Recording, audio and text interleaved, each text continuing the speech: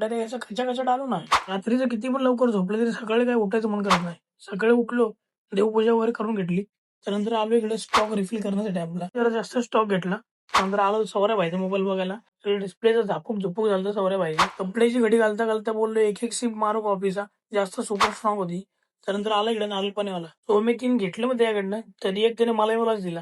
त्या गाडीवरनं पडून माझा फोन फुटला होता 12 प्रो. मग काय त्याला रिपेअर करण्यासाठी चाललो होतो. आलो डेअरीवरती इकडे सवऱ्या भाई आपला कावळा हसत होता. विचार करत होतो काहीतरी मी. त्यानंतर इकडे मला फ्रीज मधून आवाज आला. बघतो ते फ्रीज मध्ये उघडी पडली होती. मग काय तिला कपडे एवढे घातले मी. आणि 1 नंबरची टॉप कुल्फी आहे नारायणी. खाऊन बघा. पुरेच्या लव बाईटचा लास्टचा डोस राहिला होता. मग काय सौर्य गेला तिकडे हॉस्पिटलला. नंतर आला इकडे नारायणी कुल्फीवाला. एक बॉक्स टाकत होते मी आतमध्ये. तेवढे ते भैया बोलला अरे सर ऐसा मत डालो बेटा याचा खचा डालो ना.